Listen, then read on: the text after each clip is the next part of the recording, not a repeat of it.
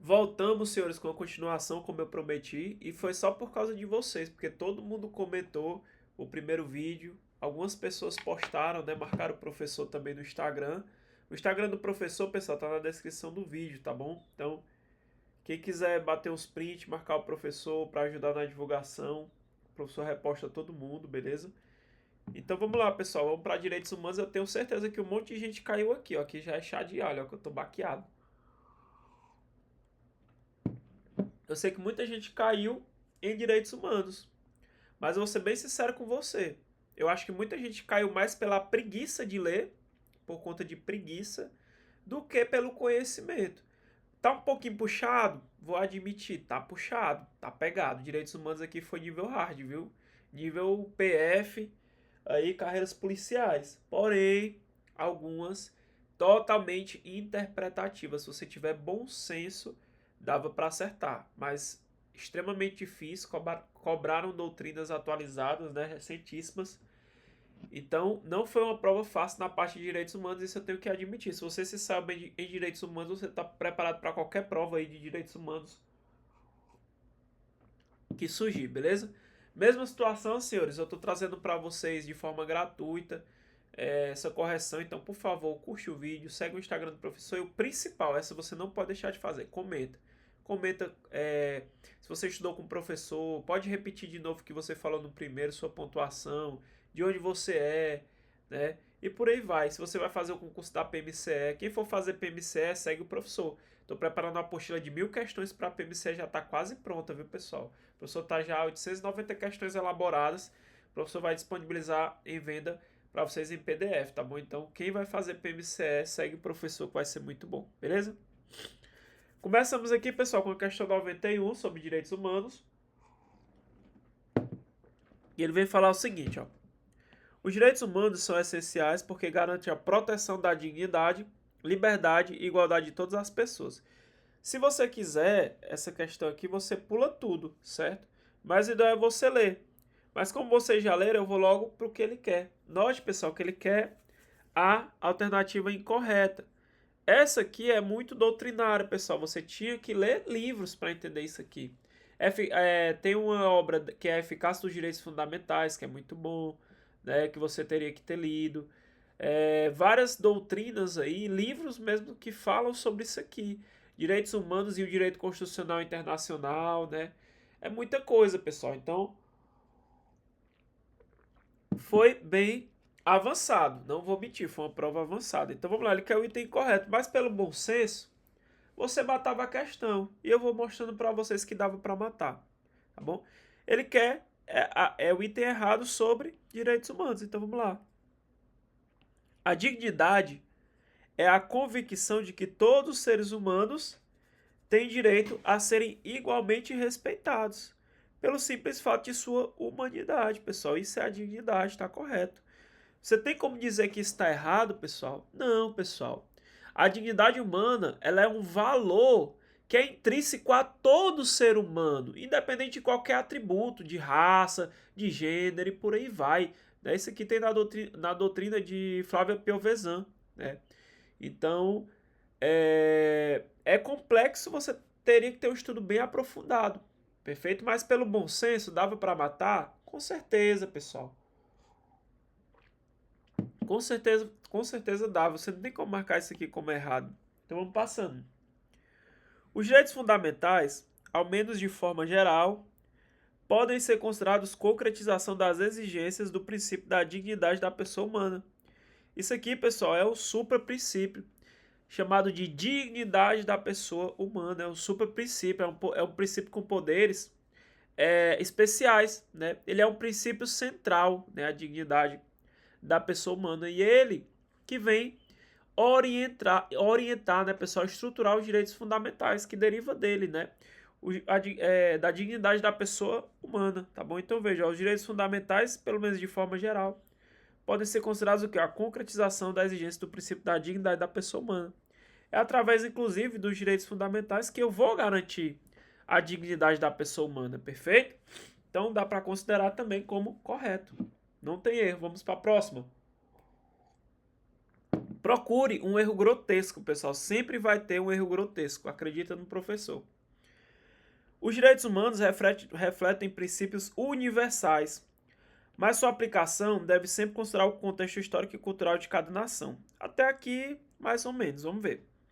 No Brasil, nossa legislação e tradição jurídica já incorporam valores de justiça e dignidade de forma suficiente, preservando a soberania nacional e as particularidades de nossa sociedade. Pessoal, o erro está aqui, ó. Ele fala que a nossa legislação já incorpora valores de justiça e dignidade de forma suficiente. Vocês acham que o Brasil, pessoal, na nossa legislação, ele já incorpora valores de justiça e dignidade de forma suficiente?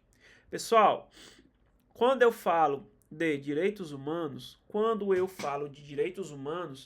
mesmo com todos os direitos que nós já conquistamos durante os anos, nunca é o bastante. É um erro muito grotesco, pessoal. Ele afirma que o Brasil já incorporou de forma suficiente os valores de justiça e dignidade. Não, pessoal, os direitos humanos ele tem um caráter contínuo, inacabado. As realizações dos direitos humanos eles sempre têm que ir evoluindo. Eu nunca vou considerar como suficiente. No Brasil, então, meu amigo, precisa falar alguma coisa? Não, pessoal. Direitos humanos é uma construção contínua. Eu preciso de um constante aperfeiçoamento. Eu preciso que haja avanços na proteção dos direitos humanos. Perfeito? Jamais, em nenhum país do mundo, eu posso dizer que a construção dos direitos humanos é plena. Não dá, pessoal. É um erro muito grotesco, por isso que você tem que marcar ela. Perfeito? Então aqui, ó, incorreta é a letra C. No Brasil, então, pessoal, nem se fala, a gente está longe disso, né, senhores? A gente está longe disso, ok? Vamos passando, né? O conjunto de mecanismos e estruturas que concretizam os direitos humanos é formado por normas e documentos que reconhecem e protegem a dignidade, a liberdade e a igualdade humana. Ele fala que o conjunto de mecanismos que vem estruturar os direitos humanos é formado por normas e documentos. Também, pessoal, também, claro que nós temos os direitos naturais, mas hoje nós temos os direitos fundamentais, certo? Que é documentado na nossa Constituição, é a norma interna. E nós temos os direitos humanos, que está previsto lá nos tratados, né? É o nosso escudo internacional aqui de direitos fundamentais, né? Os direitos humanos, que está ligado aí, né? Brasil afora, está previsto nos tratados, é o direito internacional. Então são normas e documentos, sim, também eu posso considerar como correto. Então veja, a letra A, ó. Doutrina, pessoal, que é a doutrina dominante. Ó, segundo Eagle Wolfgang Sarlet, né? Sarlet, a eficácia dos direitos fundamentais, ó, a dignidade da pessoa humana é um valor intrínseco a todo ser humano, independente de qualquer atributo, né? Flávio Piovesan também ensina que dignidade é o valor fonte dos direitos humanos. Ele não se conquista, não se perde, é inerente ao ser humano. Ó, B, ó. De acordo com Igor Sarlet e Mazzuoli, os direitos fundamentais, ó, são manifestações concretas da dignidade da pessoa humana. Direitos fundamentais são manifestações concretas do quê? Da dignidade da pessoa humana. A dignidade ela é um princípio central, né, senhores? É uma norma, princípio que orienta toda a estrutura dos direitos fundamentais e humanos, como afirma também Alex na teoria dos direitos fundamentais. A letra C, como eu falei, ó, ela tem um problema grave, porque ela fala que o Brasil já incorporou de forma suficiente valores de justiça e dignidade. Eu não vou nem perder tempo aqui, pessoal, não tem nem para que perder tempo. É muito escancarado isso aqui. A D, ó, nós temos normas internacionais, são os tratados e as convenções, e as internas, né, que são as constituições, as leis que formam o sistema de proteção de direitos humanos, ok? Então aqui, pessoal, cabe recurso, ao meu ver, não cabe, tá bom? Não cabe recurso, perfeitinho. Vamos para a questão 22.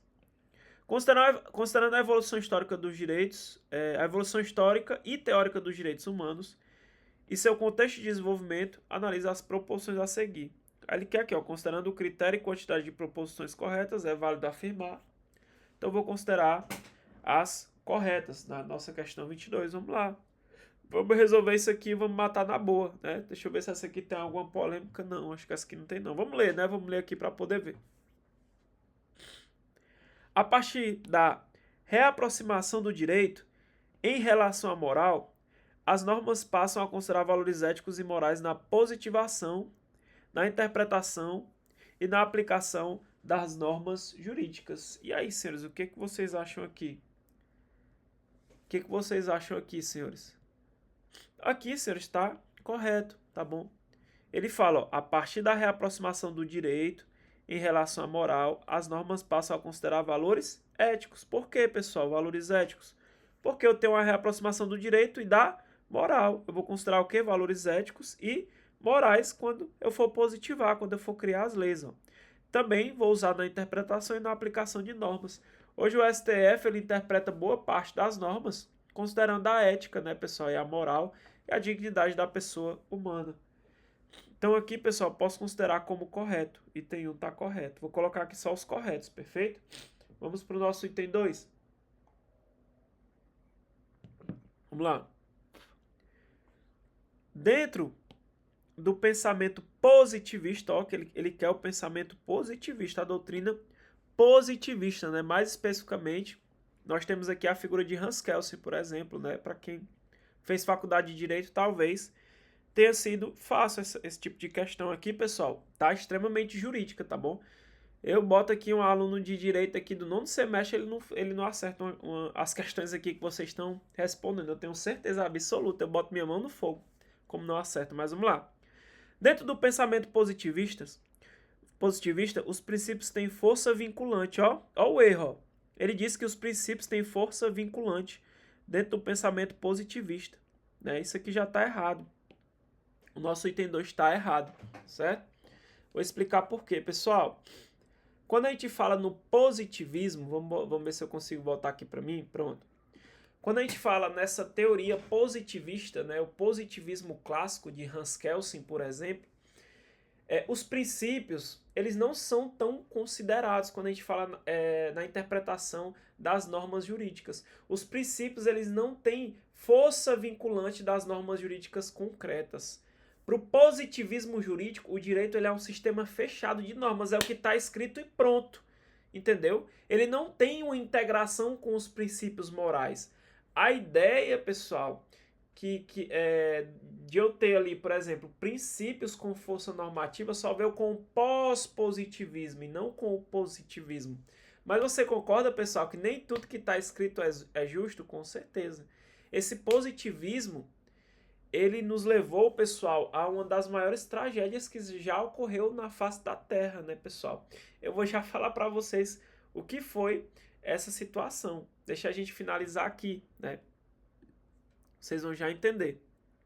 Então, pessoal, aqui o pensamento positivista, ele não leva em consideração os princípios. É o que está escrito e pronto. Os princípios aqui ainda não têm força vinculante, só vai acontecer no pós-positivismo. Que aí sim a gente vai levar em consideração os princípios, a moral e por aí vai, a ética, beleza? Então, errado. Agora sim, aí tu vai começar a entender essa questão, ó, veja só. A partir do cenário histórico da Segunda Guerra Mundial e de seus desfechos para a temática dos direitos humanos, criticou-se bastante os movimentos pós-positivistas devido ao distanciamento imposto por essa corrente filosófica entre direito e moral. Pessoal, totalmente errado. O pós-positivismo, na verdade, foi o contrário, né, pessoal? Ele se aproximou, né, com o direito e a moral. Ele não pega, pessoal, só aquilo que está escrito, né? Não. Mas tudo isso aqui tem um contexto histórico, tá bom? Vamos voltar, não vamos retroceder muito, por quê? Porque aqui é uma aula de correção, não é uma aula didática, não é uma aula de conteúdo. Mas vamos voltar para o positivismo jurídico. Lembra que eu falei para vocês sobre o positivismo jurídico? Esse positivismo jurídico, pessoal, ele surgiu depois das grandes revoluções que nós tivemos no mundo, a Revolução Francesa, por exemplo. Ele separa um pouco o direito da moral, ele separa o direito da religião. Eu tenho um sistema mais técnico, né, mais científico. Então, o direito, para a teoria positivista, é só aquilo que está escrito, pessoal. É aquela norma posta pelo Estado, que está positivada. O que eu quero dizer que está positivada? Está escrita, pessoal, é a lei escrita. O que vale é o que está escrito ali. Eu não quero saber de moral, eu não quero saber de questões filosóficas, eu não quero. O que importa é o que está escrito.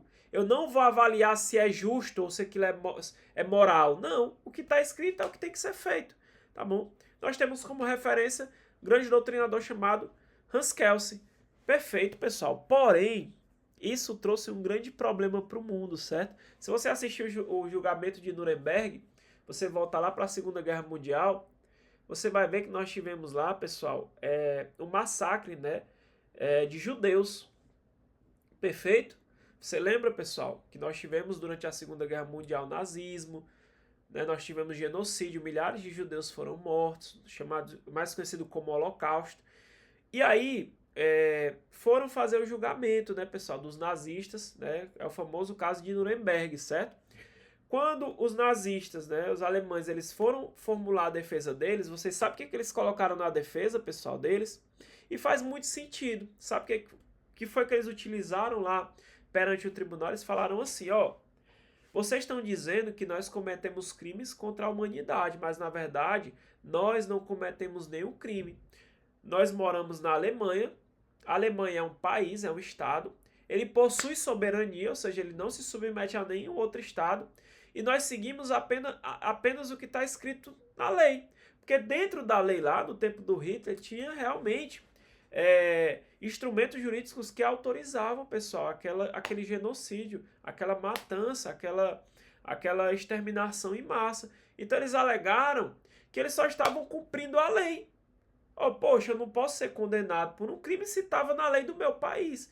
E é válido a defesa deles. Foi aí que viram que existe um grande erro no positivismo jurídico. Porque direito para essa teoria é o que está escrito. Mas nem tudo o que está escrito é justo, pessoal. Eu tenho que considerar a moral também. Não posso agir dessa forma. Aí eu tive uma crise do positivismo pós Segunda Guerra Mundial, 1945. Porque o próprio positivismo, ele possibilitou atrocidades legais, como as leis nazistas, que eram um absurdo. O ser humano viu que cumprir a lei poderia levar a injustiças monstruosas. Então, nem tudo que é legal é justo. E aí veio uma exigência do mundo de fazer uma integração entre valores éticos e direitos humanos na aplicação do direito. E aí eu tenho o pós-positivismo, que vem de 1945 em diante, né? Claro que eu tive uma maior consolidação nos anos 70, nos anos 90.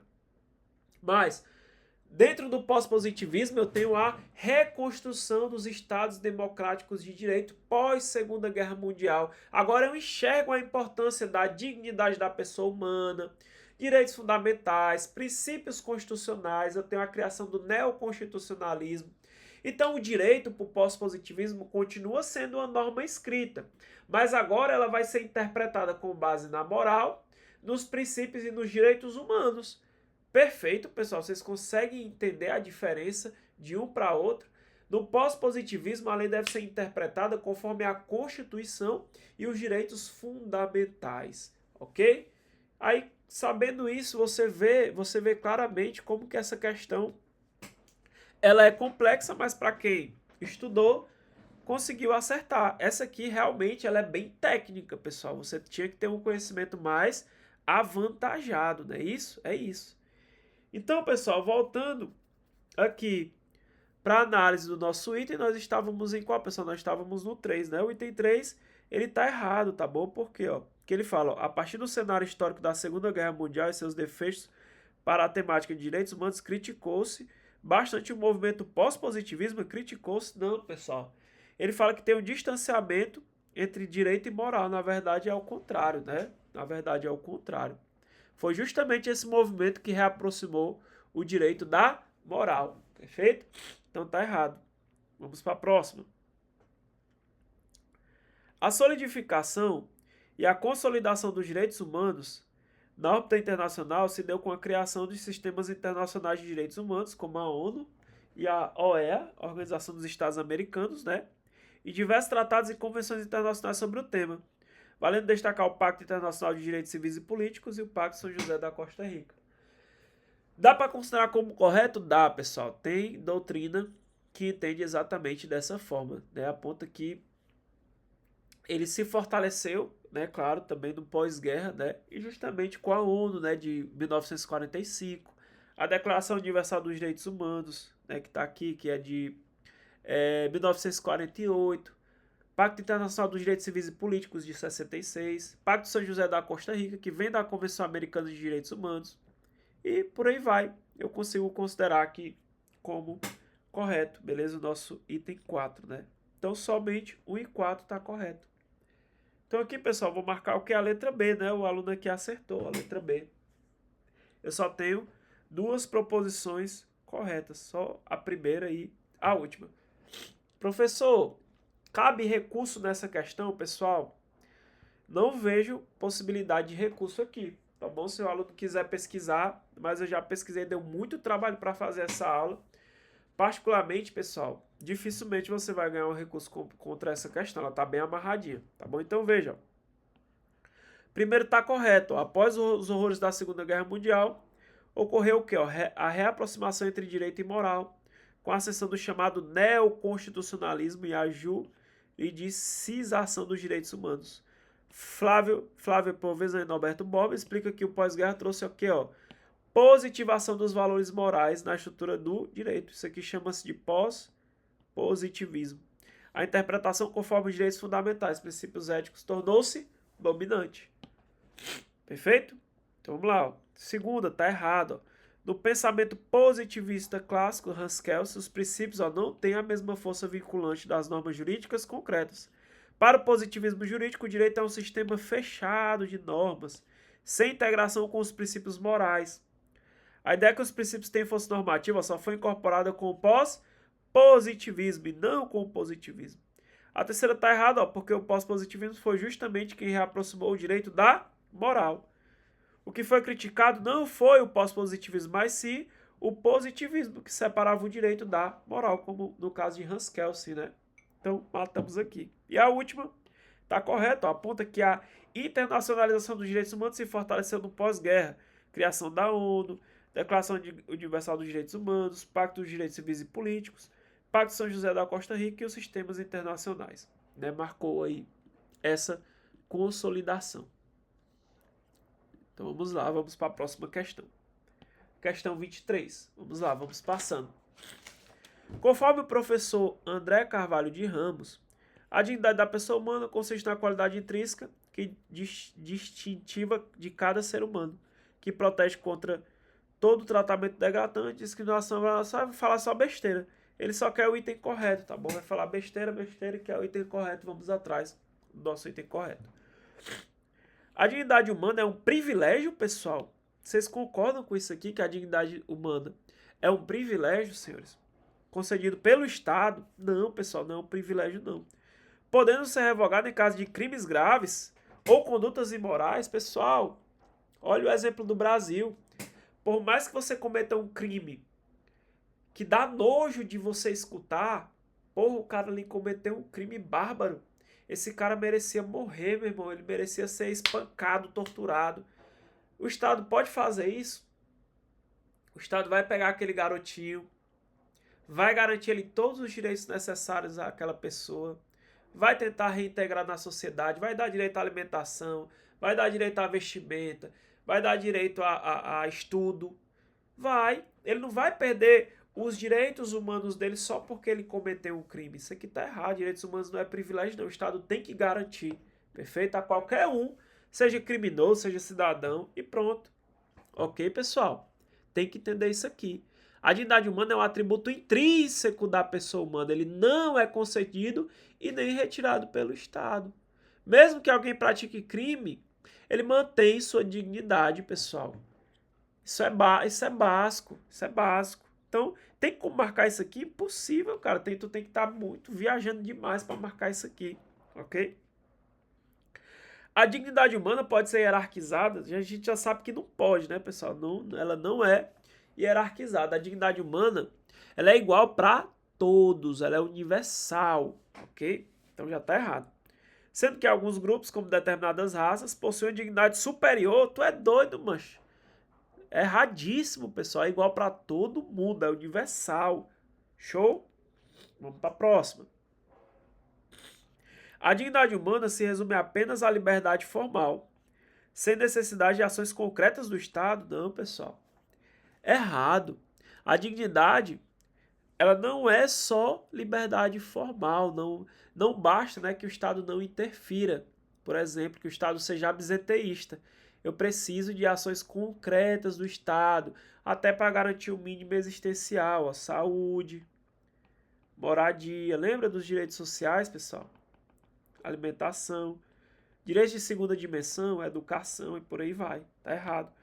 Por eliminação, ó, o aluno aqui também acertou, só poderia ser a letra D. Por eliminação, morreu. Ao interpretarmos o texto acima, constatamos a presença de dois elementos.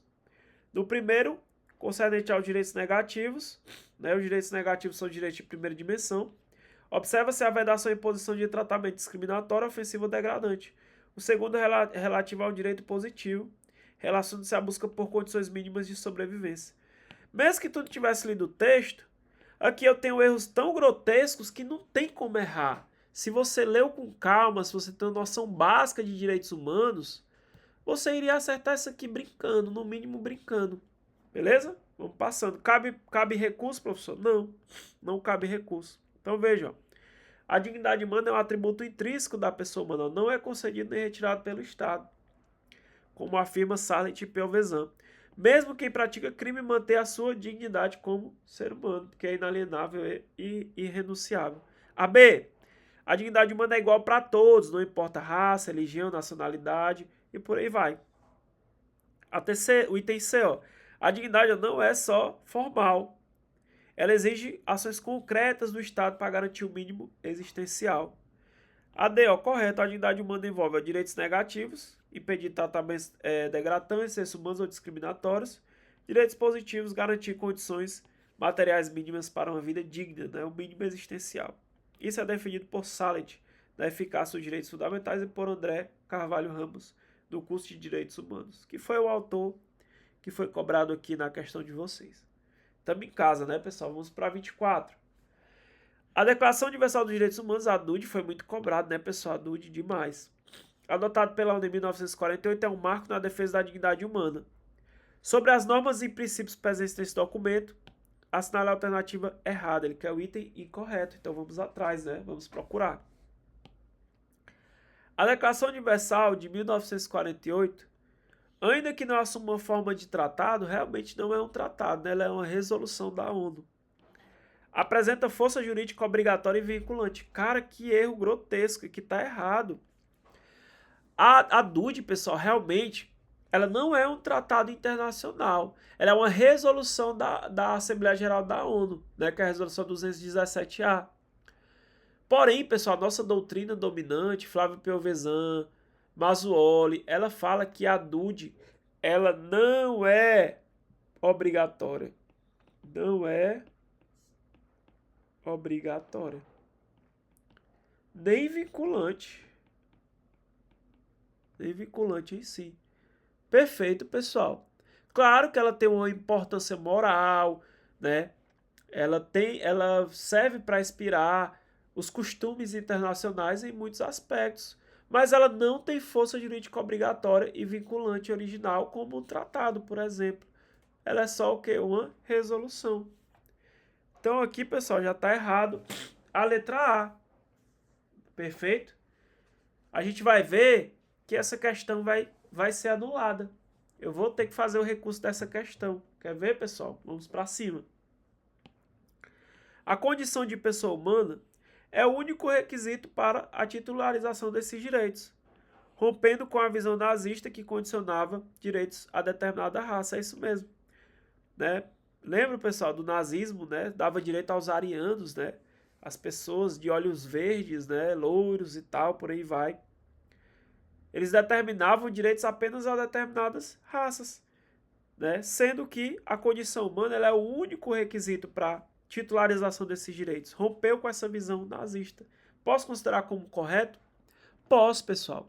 Inclusive a DUD ela consagra o princípio que a gente chama de universalidade, né, dos direitos humanos. Todos os humanos são titulares de direitos, independentemente de raça, religião e nacionalidade. Foi uma resposta direta às atrocidades do nazismo, né, que nós queremos esquecer, né, pessoal? Mas, como estudante de direito, né, por exemplo, professor, tem que estar constantemente entendendo a evolução de como surgiu os direitos que nós temos hoje, né? Seguindo o princípio da historicidade. Beleza. Vamos para a próxima. todo ser humano tem capacidade de gozar os direitos e as liberdades estabelecidas nessa declaração, sem distinção de qualquer espécie, seja de raça, de cor, de idioma, religião, opinião política ou de outra natureza, origem nacional ou social, riqueza, nascimento ou qualquer outra condição. Pessoal, ele transcreve basicamente o artigo 2º, né, da DUD. O princípio também da universalidade dos direitos humanos, né? Aplica a todas as pessoas, todo ser humano tem direito a exercer, né, os direitos estabelecidos na declaração sem qualquer tipo de distinção, correto? O problema vai ser quando a gente chegar na letra D, quer ver? A Declaração Universal dos Direitos Humanos não verifica a igualdade formal. Lembra, pessoal, a diferença de igualdade formal, né, e a igualdade que nós temos chamada de igualdade material? Mas vamos ver aqui, ó. A Declaração Universal dos Direitos Humanos não verifica a igualdade formal, mas a material, porque seu verdadeiro propósito é promover a justiça social e a redistribuição de riquezas, não a mera igualdade perante a lei. Pessoal, aqui nós temos um problema, tá bom? Nós temos um problema aqui. Isso eu tive que pesquisar muito na doutrina, certo? Olha o problema, pessoal. Ela tá errada, mas é parcialmente errada, né? Tá parcialmente errada. No artigo 1º e artigo 7º da DUD, ela garante principalmente a igualdade formal, aquela igualdade que é prevista na lei. Igualdade formal é aquela que está na lei. Ela vai falar lá, todos são iguais perante a lei e têm direito sem distinção à igual proteção da lei, isso é a igualdade formal. E nós temos a igualdade material, que é aquela igualdade que tem que ser garantida na prática, no dia a dia. Perfeito?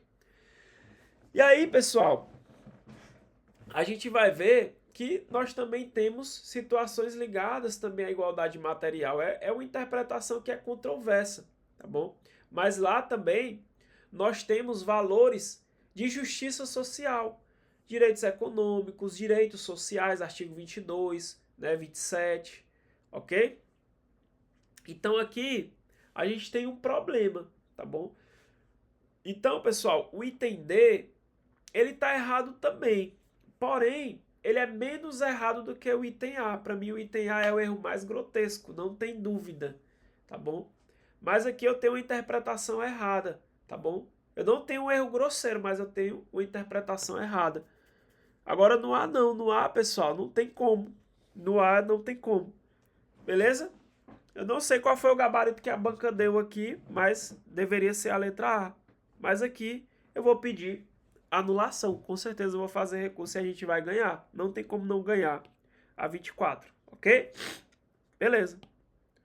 Vamos passando um pouco, pessoal, porque senão vai ficar muito grande, tá bom? Então veja, só a letra A. Ó.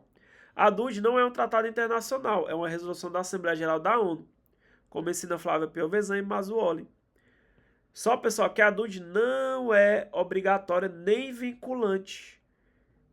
Não tem força jurídica obrigatória e vinculante original como um tratado. Show? Vamos para 25, senão nós não terminamos hoje, né, pessoal? Ainda falta 10. Vou acelerar um pouquinho, beleza? Não fiquem chateados. Analise atentamente as proporções abaixo e assinale em seguida a assertiva que identifica respectivamente as constituições. Já vou dizer que essa aqui eu também vou pedir anulação. Por quê? Houve um erro de digitação, certeza. O gabarito é AB mesmo. Só que aqui não era para ter 1981, pessoal. Tá errado, era para ser 1891. Tá bom? Era para ter... Aqui, houve, com certeza, nós tivemos um erro de digitação. Olha o que ele pergunta. Ó. Essa aqui foi muito pesada, porque ele queria que você tivesse conhecimento sobre as constituições. E Constituição, em tese, você não estuda muito em direitos humanos. Isso daqui é matéria de direito constitucional. Então aqui essa questão já caberia anulação por si só, por fugir ao edital. Mas ela cabe anulação por um erro mais grotesco, quer ver? Vamos lá. Analise as proposições e assinale em seguida a assertiva que identifica as constituições responsáveis por estabelecer legalmente em nosso país a introdução de direitos humanos. Primeiro, pessoal, se é previsto na Constituição, nem é direitos humanos, é direitos fundamentais.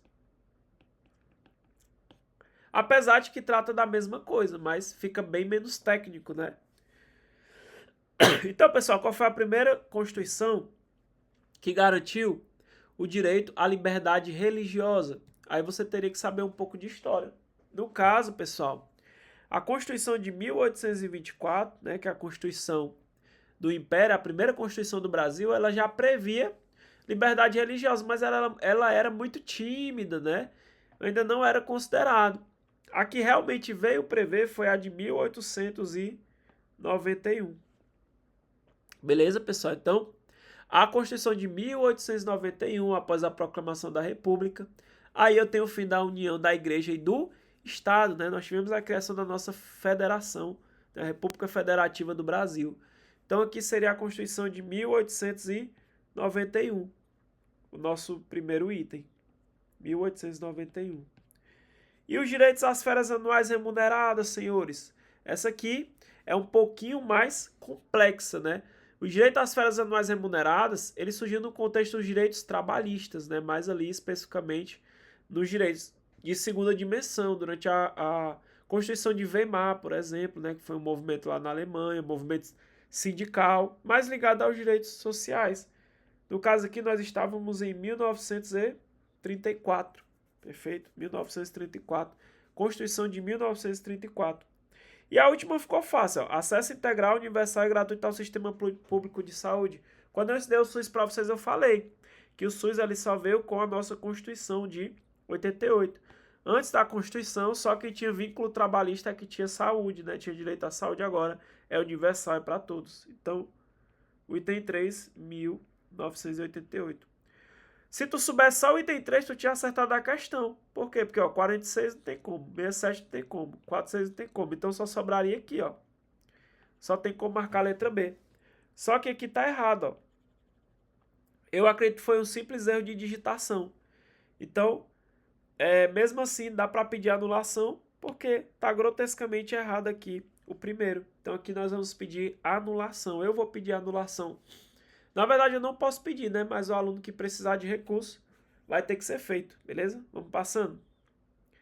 Então, veja, ó, liberdade religiosa, 1981. Direito às férias anuais, 1934. Acesso integral à saúde, 1988. Vamos passando, questão 26.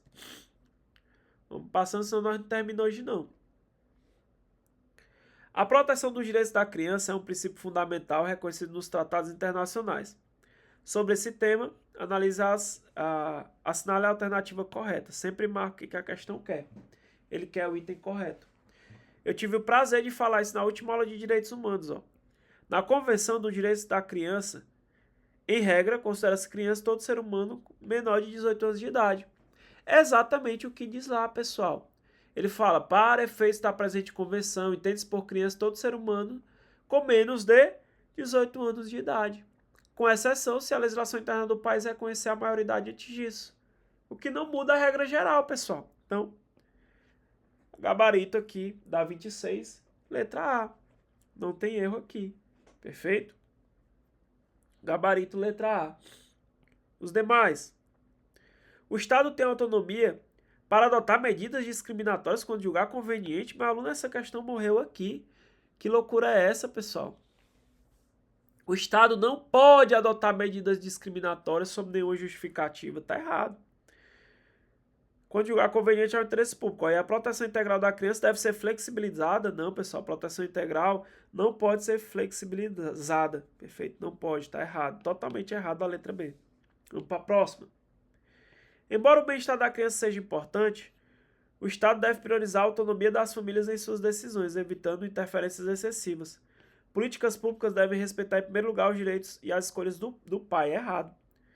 Seu filho não é seu, meu aluno. Seu filho é do Estado, viu? Se você vacilar, não tem para a família. Então, pois, presumivelmente, age no melhor interesse dos seus filhos. A intervenção estatal só se justifica em casos extremos, já que a família é a instância natural e primordial da proteção à criança. Pessoal, é meia verdade, mas tá errado, tá bom? A família é parte importante? É. Mas o bem-estar e o melhor interesse da criança é prioridade absoluta. Se a família não proteger adequadamente, o Estado vai e deve intervir. deixe de garantir os direitos fundamentais do seu filho, que você vai ver o que vai acontecer. Então não dá para falar que o Estado deve priorizar a autonomia da família, evitando interferência. Ele interfere sim, muito, tá bom? A letra D. Os Estados partes adotarão todas as medidas legislativas, administrativas, sociais e educacionais apropriadas para proteger a criança contra todas as formas de violência física ou mental, abuso ou tratamento negligente, maus tratos ou exploração, inclusive abuso sexual. Excluir das crianças que estiverem sob a custódia dos pais, elas ficam excluídas? Não, pessoal, inclusive, né? Inclusive, também, né? Enquanto a criança também estiver sob a custódia dos pais. Então tá errado só esse finalzinho aqui, quer ver, ó?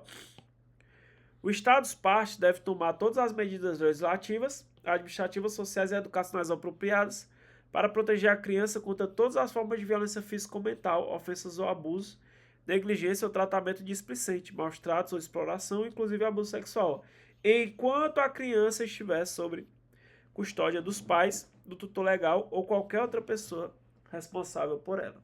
Ok? Ele colocou excluída, né? Errinho aqui, de acordo com a letra da lei, né? Ele foi muito na letra da lei aqui, tá errado.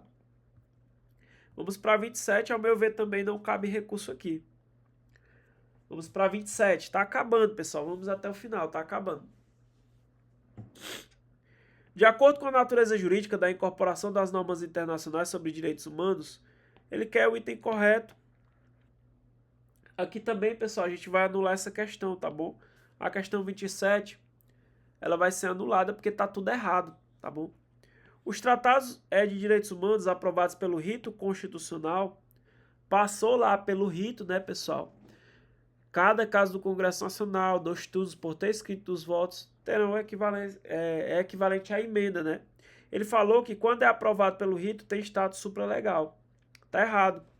Então aqui ele tem status de emenda constitucional. Ele tem status constitucional e não supralegal. Ok? Ele só vai ter status supralegal se for aprovado pelo rito comum. Aí ele vai ter status supralegal, criação do nosso STF. Perfeito? Tá errado. O Estado brasileiro pode descumprir todos os tratados de direitos humanos internalizados como emenda constitucional. Jamais. Pessoal, foi internalizado é equivalente à emenda, é equivalente à Constituição. Todas as leis que estão abaixo da Constituição têm que respeitar esse tratado que foi internalizado como emenda. Então tá erradíssimo aqui. Então, vamos lá. A Constituição Federal estabelece um procedimento especial para a incorporação de tratados internacionais de direitos humanos ao ordenamento jurídico. Se aprovados pelo Congresso Nacional em 2 turnos com 2/5, 3/5 dos votos, 3/5, tá errado. Errado também. Os tratados internacionais de direitos humanos, aprovados pelo rito da Constituição Federal, mais conhecido como bicameralismo perfeito, né, pessoal? Possui status constitucional, mas sua aplicação está restrita apenas aos casos expressamente previstos em lei interna, não podendo ser invocados diretamente pelo cidadão ou pelo judiciário sem regulamentação prévia. Não, pessoal. Pode ser que ele não tenha eficácia social, mas eficácia jurídica sempre vai ter, tá bom? Sempre vai ter eficácia jurídica, ele vai se aplicar. Porque todas as leis que estiverem abaixo da Constituição, como ele tem status constitucional, porque passou pelo rito, bicameralismo perfeito, como ele tem status de Constituição, a Constituição está no topo da pirâmide de Kelsen, todas as leis que estão abaixo vai ter que respeitar aquela norma que foi internalizada com força aí de emenda constitucional. Ok? Então não tem alternativa correta, totalmente anulada a questão 27. Não tem como não ser anulada, essa é impossível, mas tem que botar recurso. Se vocês não colocarem recurso, não vai anular, tá bom? A banca tem dessas aí. Vamos para 28? Tá acabando. Em cada jurisdição nacional, procurar-se estabelecer mecanismo para ampliar a aplicação das regras relativas à justiça, infância e juventude, assegurando que essas sejam implementadas de maneira abrangente e adaptável em diferentes contextos, com as seguintes finalidades, exceto, ele quer o exceto. O item, basicamente ele quer o item errado, né? Então vamos lá. Garantir a proteção dos jovens, não incluindo infratores em razão de legislação própria, Quer dizer, pessoal, que eu não vou garantir a proteção para os que são infratores. Por quê? Tá errado, eu acabei de falar. Até para quem é infrator, né? A gente está falando aqui do menor, vou chamar de infrator, mas até o maior de idade, né? O criminoso. A gente vai garantir também a proteção. Então aqui já está errado. Mas aqueles em situação de vulnerabilidade social, assegurando seus direitos fundamentais e acesso às medidas socioeducativas, já está errado. 28 eu já fico com a A. Os jovens em conflito com a lei também faz parte da proteção da justiça da infância e da juventude. Tanto o ECA como as regras de Beijing asseguram que tanto criança como adolescente vulnerável, mesmo que ela seja infrator, tem que ser protegido. Né? E se for adolescente, no nosso caso, vai estar sujeito a medida socioeducativa. Não se limita somente porque está em vulnerabilidade social. Está errado. Já achei o item que eu vou marcar. Letra A. Fortalecer a atuação dos órgãos responsáveis, como varas especializadas. Né? Nós temos a vara da infância e da juventude. Conselhos tutelares, que vai ser destinado à proteção da criança, né, e do adolescente. Instituições de acolhimento, capacitando o profissional e ampliando a estrutura necessária para a gestão eficiente, correto. Prover a integração entre políticas públicas, articulando ações entre os sistemas de educação, saúde, assistência social e segurança pública, de modo a prevenir a delinquência juvenil e reinserir os jovens em conflito com a lei, perfeito. Assegurar a participação da sociedade civil, incentivando a colaboração de famílias, escolas e comum no processo de ressocialização, bem como fiscalização das políticas voltadas à juventude. Tudo correto, ele só queria o exceto o errado. É a letra A. Perfeito, pessoal? Veja, ó, jovens em conflito com a lei também fazem parte da proteção da justiça da infância e da juventude, ok? Os demais estão corretos, ó, de acordo com o artigo 86 e 88 do ECA, é obrigação do Estado fortalecer os órgãos de proteção de infância e da juventude com capacitação e estrutura adequada. A C também está correto, ó. A integração de políticas públicas é uma diretriz fundamental do sistema de garantia dos direitos da criança e do adolescente. A prevenção da delinquência e a reinserção social são objetivos do artigo 86 do ECA. E o D, a participação da sociedade civil é prevista no artigo 87 do ECA e também na Constituição do 227, como meio de garantir a proteção integral dos direitos da criança e do adolescente. Vamos lá para a nossa questão 29. Está acabando. Vamos lá. O professor está baqueado, mas eu estou indo até o final com vocês, pessoal. Não vou ficar puto porque eu estou doente, não tenho o que fazer. Eu vou ficar fungando mesmo. Tá bom? Infelizmente, é o jeito. Então, vamos lá. A Convenção Americana sobre Direitos Humanos estabelece mecanismos para sua atualização e ampliação. Sobre esse processo, qual atuação estatal está de acordo com seus mandamentos? Vamos lá. O Estado parte da Convenção Americana de Direitos Humanos aprova que manifestações públicas são proibidas. Que é isso, pessoal? Tá errado, né? Eu tenho o quê? Direito de reunião. Eu posso ter sim manifestação pública. Direito de reunião, pessoal. Só a única coisa que ele pede é sem armas, né? Eu só não posso fazer armado. Então aqui, pessoal, a 29, ele pergunta o quê, ó? Vamos ver só o que ele pergunta aqui, ó. Está de acordo com seus mandamentos. Aqui não está de acordo com seus mandamentos, né, pessoal? Porque o Estado parte, ele tem que autorizar, né, pessoal, aqui a manifestação pública.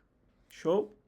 O máximo que precisa é um aviso prévio, né? Não pode exigir autorização prévia. No máximo um aviso, né, às autoridades competentes. Tá errado. Vamos lá para a próxima. O Estado parte da Convenção Americana pode reconhecer, por meio de nova lei nacional, o direito à identidade de gênero autopercebida como direito fundamental. Como esse direito não estava originalmente previsto no texto da Convenção, o Estado pode propor sua inclusão no regime de proteção seguindo os procedimentos da Convenção Americana de Direitos Humanos. Isso aqui, pessoal, se chama evolução interpretativa para proteger novos direitos que não existiam naquele tempo. Perfeito? Então, tá correto. Um desses direitos é o direito de gênero. A identidade de gênero, ele pode ser reconhecido sem a necessidade de eu fazer uma emenda à convenção. Eu vou usar a via interpretativa, né, evolutiva, de direitos já previstos. Então tá correto. Nossa letra B está perfeita. Em um determinado estado parte da convenção, as leis locais reconhecem o direito de greve como direito fundamental dos trabalhadores, garantido tanto pela Constituição supranacional, seguida pelos estados partes, quanto por convenções internacionais ratificadas pelo país, como os pactos da Organização do Trabalho. Entretanto, exercem referido direito, para exercer o referido direito, os sindicatos devem avisar com 30 dias de antecedência. Pessoal, existe isso? Claro que não, pessoal. Item C está errado. O direito de greve, ele é garantido, mas não pode impor esses requisitos que são excessivamente restritivos. Aviso prévio, 30 dias e multa, isso viola o direito de greve. Está errado, totalmente errado. Em um estado parte da Convenção sobre Direitos Humanos, a legislação nacional assegura o direito à livre associação, permitindo que grupos da sociedade civil, inclusive a Organização de Defesa dos Direitos Humanos, constituam legalmente sem obstáculos indevidos. Sobre o argumento de combater o financiamento ao terrorismo, os governos estão autorizados à criação de uma nova lei que impõe restrições a essas entidades. Não pode, pessoal, não pode impor restrições, não pode. Eu tenho que ter liberdade de associação. Eu tenho liberdade de associação. O Estado não pode interferir nas associações, perfeito? Somente em casos excepcionais, e ainda assim tem que ser proporcional. Até na nossa lei interna, na nossa Constituição, a gente pode perceber que elas podem ser suspensas, né, as associações, ou até mesmo dissolvidas, né, através de uma decisão judicial. Perfeito? Então, 29, nós vamos ficar com a letra B. Cabe recurso, professor? Ao meu ver, não. Na letra D, talvez eu achei um pouco ruim essa letra D, eu achei um pouco ruim o texto dela.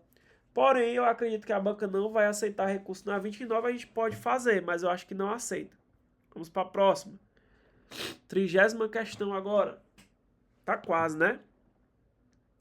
Analise atentamente as assertivas abaixo e assinale o que está em total desacordo com a Declaração Universal dos Direitos Humanos. Eu vou acelerar, pessoal, e vou falar só o que cabe recurso e o que não cabe. Aqui a 30ª questão não cabe recurso, perfeito? Ela quer o que está em total desacordo com a Declaração Universal dos Direitos Humanos. O gabarito é a letra D, tá bom? Veja só. João foi acusado de roubo após ser visto perto de um estabelecimento comercial no momento do crime.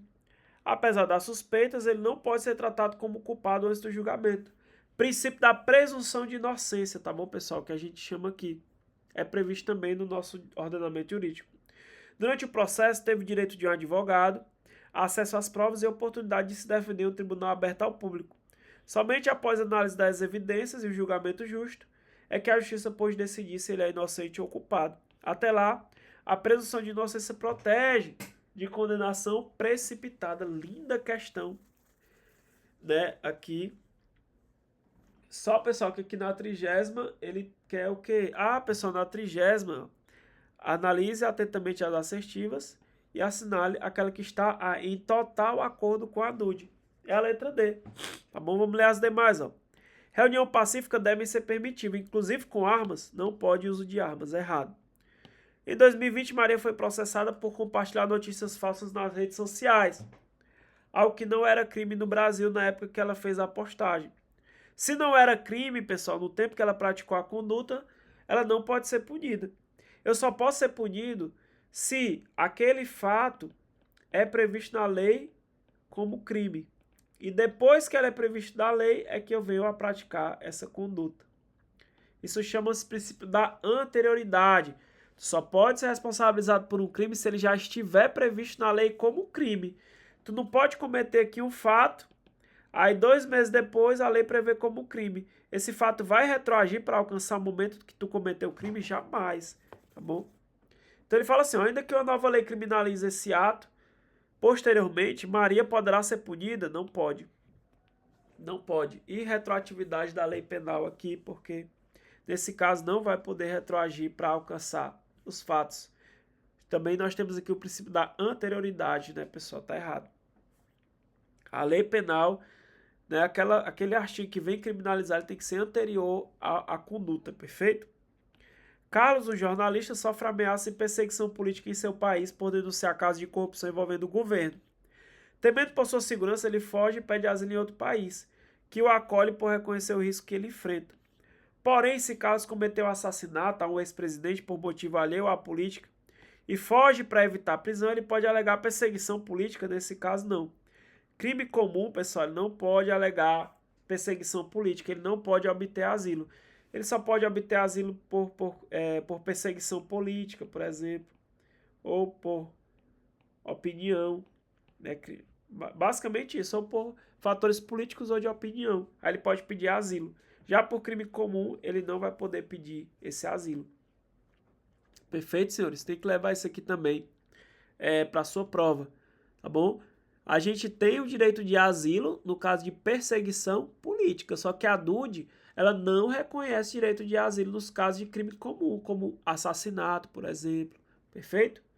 Então vamos para a 31ª questão. Tá acabando.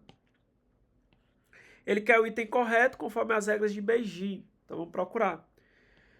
Se um adolescente for detido pela polícia, os agentes devem avisar seus pais ou responsáveis em até 24 horas. Errado. Imediatamente. Imediatamente. Não é em até 24 horas. Errado. Se o jovem for preso em flagrante pela prática de crime, o juiz ou a autoridade responsável deve analisar o caso em 48 horas. Não. Ele deve analisar o caso sem demora, tá bom? Para poder colocar o jovem em liberdade. É errado também. Vamos para a próxima. Se um adolescente for detido, a polícia e outras atividades devem tratá-lo com cuidado, levando em conta sua idade e situação legal. O objetivo é proteger seus direitos, evitando qualquer tipo de abuso e garantir seu bem-estar, sempre considerando a particularidade do caso. Correto. Está conforme as nossas regras de Beijing. A prisão preventiva poderá ser usada, embora existam outras alternativas mais brandas. Errado. Por que eu vou usar a prisão preventiva se eu tenho outras alternativas mais brandas? Erradíssimo. A prisão preventiva só vai ser usada em último caso, quando não couber outra medida menos gravosa. Erradíssima. Ficamos com a letra C. Então veja, sempre que o jovem for apreendido, a apreensão será notificada imediatamente aos seus pais. O juiz, funcionário ou organismo competente examinarão sem demora a possibilidade de pôr o jovem em liberdade, ok? Basicamente, tá na letra da lei do que tá lá nas regras de Beijing. Vamos logo para 32. Não cabe recurso aqui, tá bom, pessoal? Não cabe recurso. Vamos logo para 32. As dimensões dos direitos humanos representam um marco evolutivo na história, blá, blá, blá, por aí vai. Ele quer o item incorreto. Vamos procurar o item incorreto, que eu já estou ficando sem voz. Na primeira dimensão dos direitos humanos, protege o direito à liberdade privada. Lembra, pessoal? Primeira dimensão dos direitos humanos, século XVIII. O foco é o quê? Justamente liberdade individual, direitos civis, direitos políticos, né? Vida, liberdade, propriedade, devido processo legal. Eu quero um Estado absenteísta, um Estado que não intervenha na nossa vida. Então aqui eu não vou marcar porque está correto. Vamos para o item B. Na segunda dimensão dos direitos humanos, protege-se contra as desigualdades sociais e econômicas e demanda ações positivas do poder público para garantir condições dignas de vida. Aí sim, eu quero ações positivas do Estado, são os direitos sociais, econômicos e culturais. Exige ação positiva para reduzir as desigualdades, está correto. Na terceira dimensão dos direitos humanos, protege-se o direito ao trabalho e à remuneração justa, os quais demandam as prestações positivas do Estado. Não é direito de terceira dimensão. Direito ao trabalho e remuneração justa são direitos de segunda dimensão. Terceira dimensão são os direitos coletivos e difusos, meio ambiente saudável, por aí vai. Então vejam, aqui está incorreto. Letra C, gabarito da 32ª. Na terceira dimensão dos direitos humanos, há a tutela dos direitos coletivos, cujas discussões versam acerca da necessidade de se assegurar o máximo de proteção da dignidade da pessoa humana. Corretíssimo. Inquestionável essa questão, o gabarito letra C também não cabe recurso. Então veja, a primeira dimensão, liberdade individual, direitos civis e políticos, vida, liberdade, propriedade, protege a liberdade privada contra a intervenção do Estado. A segunda, o item B é direito de segunda dimensão, que são os direitos sociais, econômicos e culturais. Aqui eu quero uma ação positiva do Estado. Eu quero que o Estado venha agir para garantir meus direitos e reduzir as desigualdades. Aqui eu vou garantir uma igualdade, mas é a igualdade formal. E aqui eu vou garantir uma igualdade, mas é uma igualdade material. Perfeito? Nosso item C está errado, ó, porque o direito ao trabalho e a remuneração justa são direitos de segunda dimensão e não de terceira. Terceira dimensão são direitos coletivos e difusos, direito ao meio ambiente, direito à paz, desenvolvimento, patrimônio, por aí vai. Então ficamos com a letra C. Vamos passando. Questão 33. Vamos lá. Essa aqui também foi um pouco complexa. Ele quer saber, pessoal, sobre o habeas corpus. Qual foi o primeiro documento que veio a estabelecer o habeas corpus? Vamos ver. Declaração dos Direitos, Bill of Rights, importante documento jurídico lançado na Inglaterra no final do século XIX. Pessoal, bem antes, a gente já tinha um documento que previa ali, mesmo que de forma tímida, habeas corpus, tá bom? Então não tenho como marcar a letra A, perfeito? Vamos para a próxima. A Carta Magna, documento elaborado na Inglaterra em 1215, que além do habeas corpus e outros direitos impôs limitação ao poder do rei. Foi justamente, pessoal, com a Carta Magna do rei João Sem Terra. Ele é considerado o primeiro documento histórico a estabelecer a semente do habeas corpus, né? Porque era bem tímido, mas ali surgiu ali o habeas corpus como liberdade individual. Ele não instituiu o habeas corpus nos moldes que nós temos hoje, mas ele inspirou diretamente a sua criação futura. É o primeiro marco histórico da proteção à liberdade de locomoção, porque habeas corpus está ligado ao direito de ir e vir. Ficamos com a letra B também. Não cabe recurso na 33, tá bom? Não cabe recurso. Ficaremos com a letra B. Vamos para 34. Vamos para 34. Pessoal, a 34 também, ela não cabe recurso, tá bom? A 34, o gabarito dela ela é muito grande, é a letra A, tá bom? A letra A. Perfeito? Eu vou deixar para vocês aqui o comentário, porque ela é muito grande, ela é só interpretativa, basicamente interpretativa, ok? Se você quiser dar uma pausa, você pode ler o meu comentário, tá aqui o comentário. Vamos logo para a próxima questão, que a 34 é bem besta mesmo, sabe? Vamos para a 35 e a nossa última questão, né? Vamos lá. A Convenção sobre os Direitos da Criança foi adotada pela Assembleia Geral da ONU em 1989. Entrou em vigor em 1990. É o instrumento de direitos humanos mais aceito na história universal. Foi ratificada por 196 países. Somente os Estados Unidos não ratificaram a Convenção. O Brasil ratificou em 1990. Demonstre ter conhecimento sobre os direitos assegurados à criança nessa importante convenção, analisando atentamente as assertivas abaixo listadas, marcando em seguida a alternativa que aponta uma situação hipotética que está em acordo com suas normas e princípios. Vamos atrás. Um adolescente de 14 anos, engajado em questões ambientais, cria um blog para divulgar críticas às políticas de desmatamento em seu estado. Ela compartilha dados públicos e opiniões fundamentadas, incentivando debate entre jovens.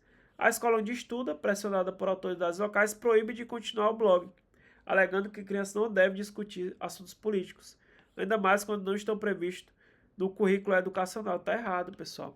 Por quê? A Convenção sobre os Direitos da Criança, ela diz que a criança tem direito à liberdade de expressão. Então aqui está errado. Vamos para a próxima. Uma criança de 5 anos foi retirada ilegalmente de sua família por um grupo criminoso e levado para outro país, onde recebeu um novo nome, documentos falsos e foi registrado como filha de outra família. Anos depois, as autoridades descobrem as situações, mas decidem não intervir, pessoal, alegando que a criança vai sentir muitas saudades dos pais e saber que foi raptada. Não, erradíssimo. Os estados, eles não podem se omitir, eles têm que combater a transferência ilícita, certo? De crianças para o exterior, mesmo que seja difícil, está totalmente errado, não tem nem como marcar isso aqui. Vamos para a próxima, né? Em um processo judicial de guarda, uma criança de 10 anos, com plena capacidade de expressão e compreensão, manifesta desejo de morar com o pai, alegando se sentir mais segura e acolhida com ele. Eita, caiu aqui o nosso... Opa, o que foi isso, pelo amor de Deus? Até o tablet não está mais aguentando, galera, ó. Até o tablet pedir o pinico. No entanto, o juiz ignora totalmente o depoimento da criança e decide conceder a guarda da mãe, baseando-se na discricionalidade legal. Pessoal, tá errado na parte que ele fala que vai ignorar totalmente o desejo da criança. Tá errado. Por quê? Porque a convenção do artigo 12, ela diz que a criança ela é capaz de formar seus próprios juízos e terá direito de exprimir a sua livre opinião sobre todos os assuntos que lhes são afetos ali, sendo a opinião da criança devidamente considerada. O juiz tem que considerar a opinião da criança. Perfeito? Então tá errado também. Sobrou a letra D, que é o nosso gabarito. O grupo de alunos do 8º ano, com idade entre 13 e 14 anos, organizou um jornal estudantil digital para discutir temas como bullying, sustentabilidade e melhorias para a escola. Eles publicaram entrevista com professores, pesquisas com colegas e artigos de opinião, sempre com linguagem respeitosa e fontes confiáveis. A direção da escola, reconhecendo a iniciativa, oferece orientação pedagógica e espaço de reunião escolar para os alunos. Perfeito. Gabarito, letra D. Ok? Finalizamos, senhores, aqui. Foi bastante coisa. Eu peço perdão pela falta de voz. Estou fanhoso, mas é porque eu estou doente, tá bom? Finalizamos aqui direitos humanos. Se vocês quiserem que eu faça a correção da legislação especial, comente o vídeo. Beleza? Curta. Se vocês comentarem bastante, amanhã eu já gravo a última parte, que é gravando para vocês a parte de legislação especial. Beleza? Tamo junto. Fiquem com Deus. Até o nosso próximo encontro. Tamo junto.